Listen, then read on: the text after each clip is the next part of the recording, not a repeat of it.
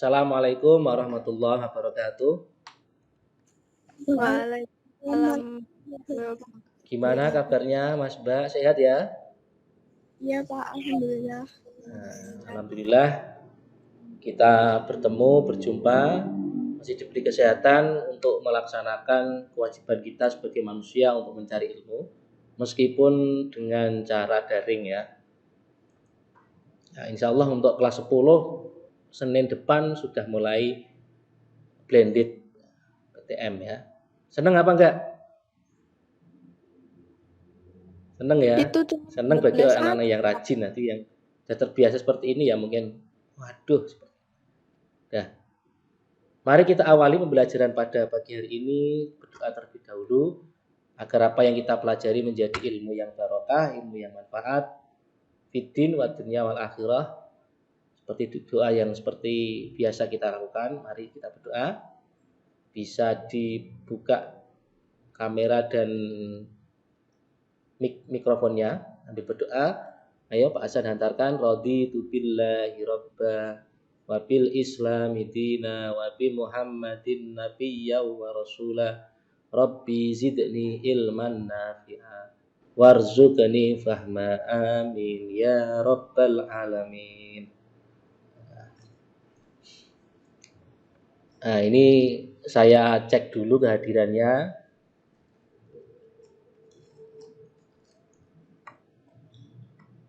Tadi ada Sofia hadir ya, Diva, Ilma, Tita, Zahra, Retno, dan yang lainnya insya Allah hadir. Pada kesempatan pagi hari ini Pak Hasan menyampaikan tema yang aspeknya itu adalah aspek fikih tentang perilaku. Dalam tema ini yang kita bahas, yang pertama itu ada husnudzon. Siapa yang tahu apa itu husnudzon? Apa yang kalian pikirkan husnudzon itu apa? Artinya apa? Silahkan mic-nya dibuka yang bisa menjawab. Ayo, apa itu husnudzon? Sering kita dengar pasti. Husnudzon. Apa Mbak Sofia mau menjawab? Nah, coba Pak, saya pakai mikrofonnya. Halo Mbak Sofia, apa jawabannya? Husnudzon dapat diartikan sebagai baik sangka atau berprasangka baik. Ya, begitu dengaran. Nah, sebentar ya, saya mikrofon. Coba ulangi lagi, Mbak. Husnudzon dapat diartikan sebagai baik sangka atau berprasangka baik. Nah, udah cukup. Berprasangka baik itu aja ya. Terima kasih Mbak Sofia. Kemudian ada yang tahu apa itu ukhuwah? Apa ada yang tahu ukhuwah? Persaudaraan antara sesama muslim. Ya, pintar berarti. Ukhuwah sih tahu. Apa tadi? Husnudzon tahu. Yang terakhir nanti ada mujahadaan nafs. Yaitu artinya kontrol diri. Ketika kita sedang marah, apa yang harus kita lakukan? Bisa mengontrol emosi apa enggak? Makasih. Pak Asa lanjutkan lagi ke slide ya. Tolong nanti yang belum jelas ditanyakan. Ini tema kita. Ini kompetensi inti. Selanjutnya ini adalah dasar dalil tentang bab yang kita pelajari. Kontrol diri atau mujahadaan nafas itu dijelaskan dalam surat An-Anfal 72. Kemudian tentang husnudzon itu dijelaskan pada surat Al-Hujurat ayat 12. Innalladzina amanu ila akhirih itu.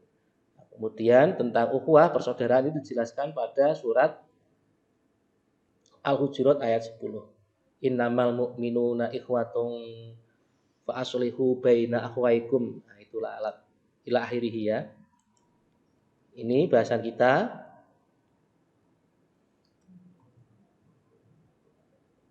Selanjutnya ini adalah kita disuruh mengamati.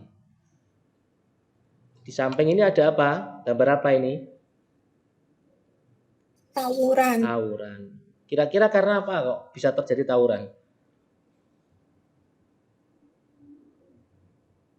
Karena nggak bisa mengontrol dirinya. Karena tidak mau menjaga ukhuwah persaudaraan juga ya kan. Kalau yang satu ini, seorang bapak apa ini? Menghukum anaknya ya. Ini juga ada kaitannya dengan tema kita. Yaitu mungkin seorang bapak marah pada anaknya dan sebagainya. Nah, ini tadi pertanyaan tadi yang Pak Hasan ajukan. Selanjutnya ini adalah kalau kita tidak bisa mengontrol diri kita, apa yang akan kita dapatkan? Yang pertama, jika dilihat dari sisi kesehatan, itu pasti menyebabkan banyak sekali penyakit. Karena godop, marah itu sebenarnya bisa membuat penyakit ya kan, menjadikan orang stroke, menjadikan orang darah tinggi, serangan jantung dan sebagainya. Kemudian kalau dilihat dari segi sosial, orang-orang yang tidak bisa mengontrol dirinya, nah itu ya tidak punya teman, dijauhi karena dia temperamen.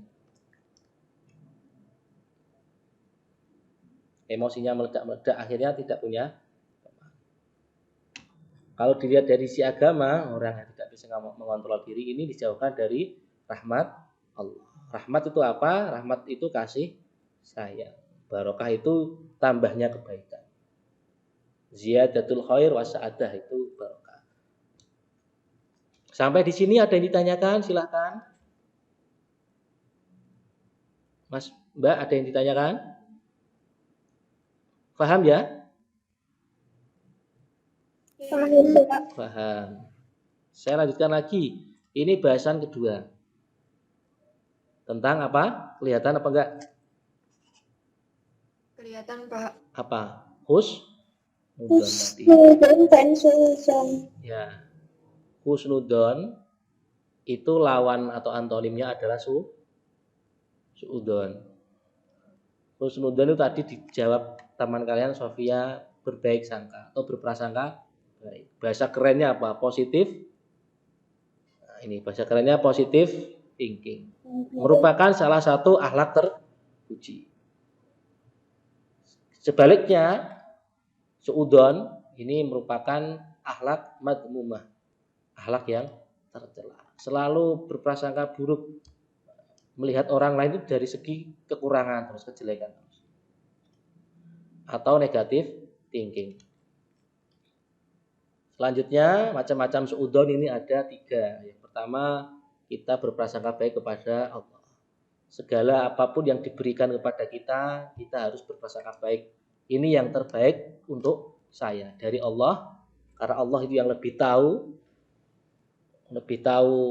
yang mana yang terbaik untuk kita. Itu pasti Allah memberikan yang terbaik untuk kita. Jadi jangan suudon, aku kok dibuat cantik seperti ini ya aku kepengen elek misalnya kan. Ya kita harus husnudon kepada Allah. Atau sebaliknya, saya kok dibuat miskin seperti ini ya Allah, kenapa enggak menjadi kaya? Bisa jadi kalau kamu kaya nanti malah lupa terhadap Allah kan. Sedangkan miskin membuat kita selalu dekat kepada Allah karena husnudon kepada Allah. Kemudian husnudon kepada diri sendiri. Menjadi pribadi yang percaya diri. Jangan mudah putus asa.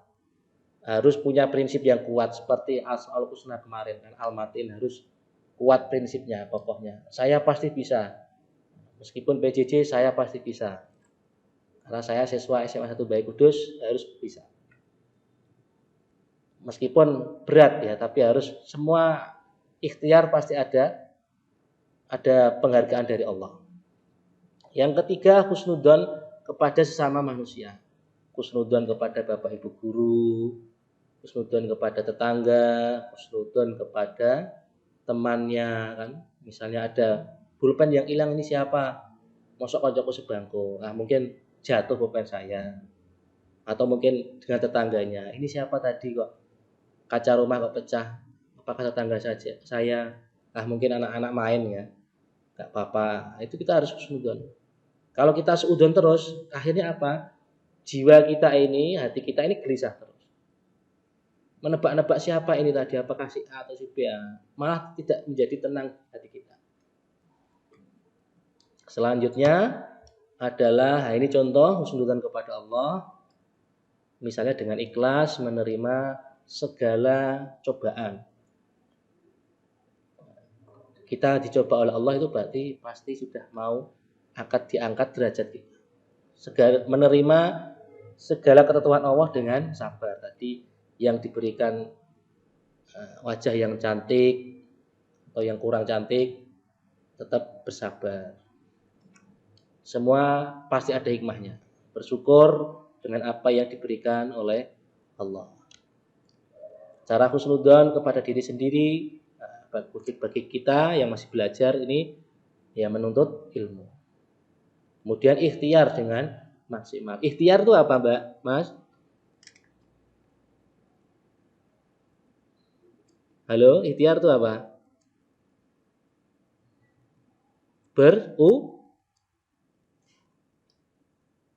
Berusaha.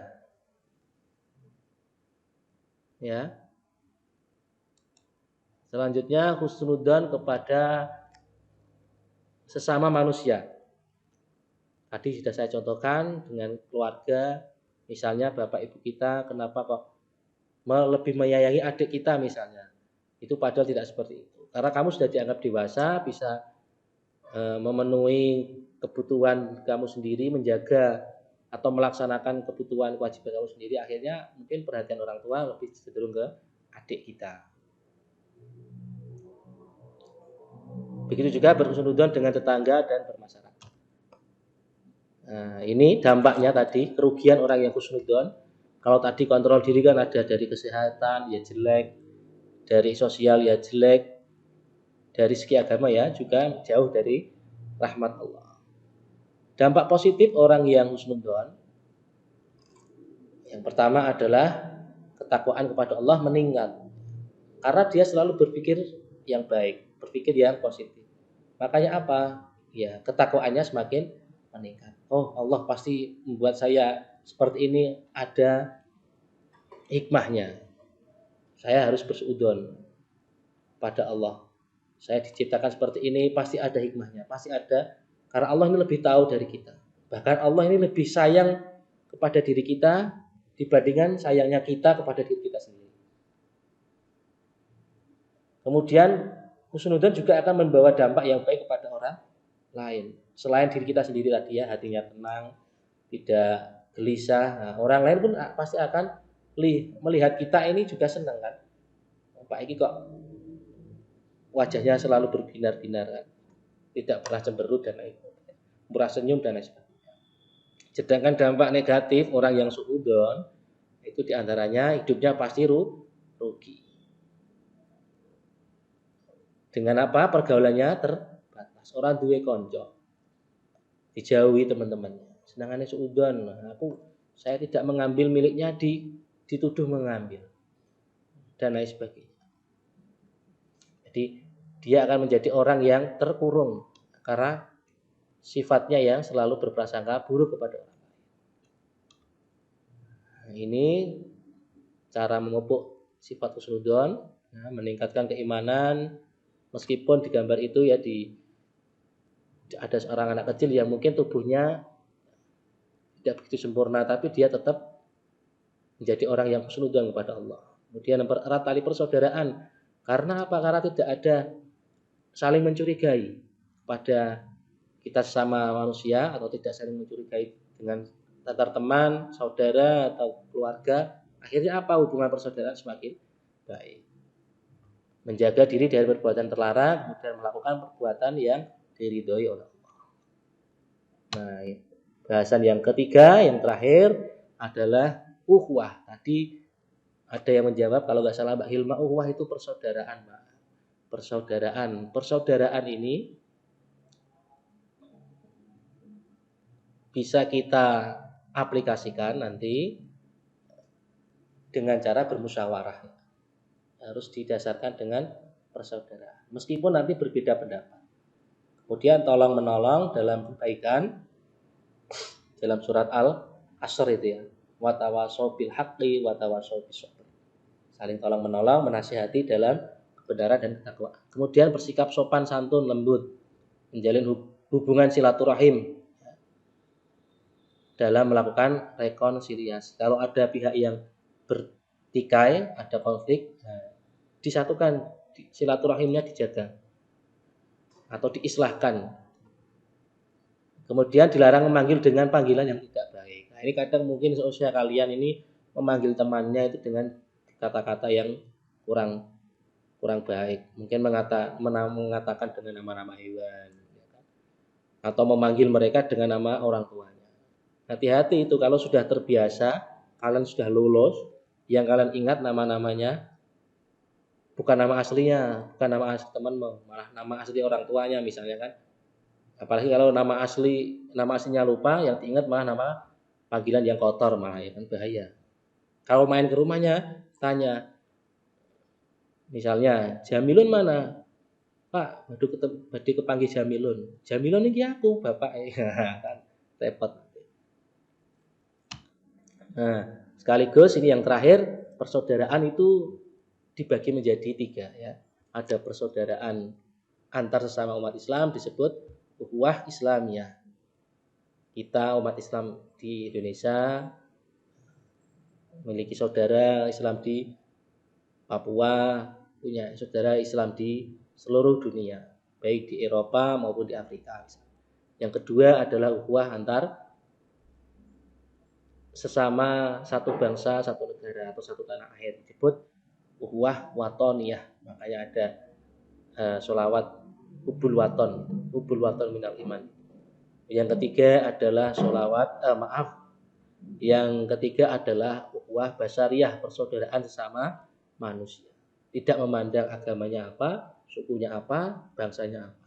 Selama dia ini manusia, mereka ini juga saudara. Meskipun berbeda, pasti akan berbeda ya. Kita dengan orang tua kita pasti ada sisi perbedaannya. Kita dengan pasangan kita nanti pasti ada perbedaannya. Tapi perbedaan itu jangan ditonjolkan. Perbedaan itu jangan dikedepankan. Yang perlu digarisbawahi adalah kita ini sama-sama manusia. Meskipun berbeda tadi latar belakangnya, agama, ras mungkin, atau bahasa, suku, dan tanah airnya, tapi kita ini sama-sama manusia, harus saling menghargai, memanusiakan manusia. Atau teorinya itu teori humanisme. Demikian yang dapat Pak Hasan sampaikan. Ada yang mau bertanya? Silahkan. Kalau belum jelas. Halo Mas Mbak, ada yang mau ditanyakan?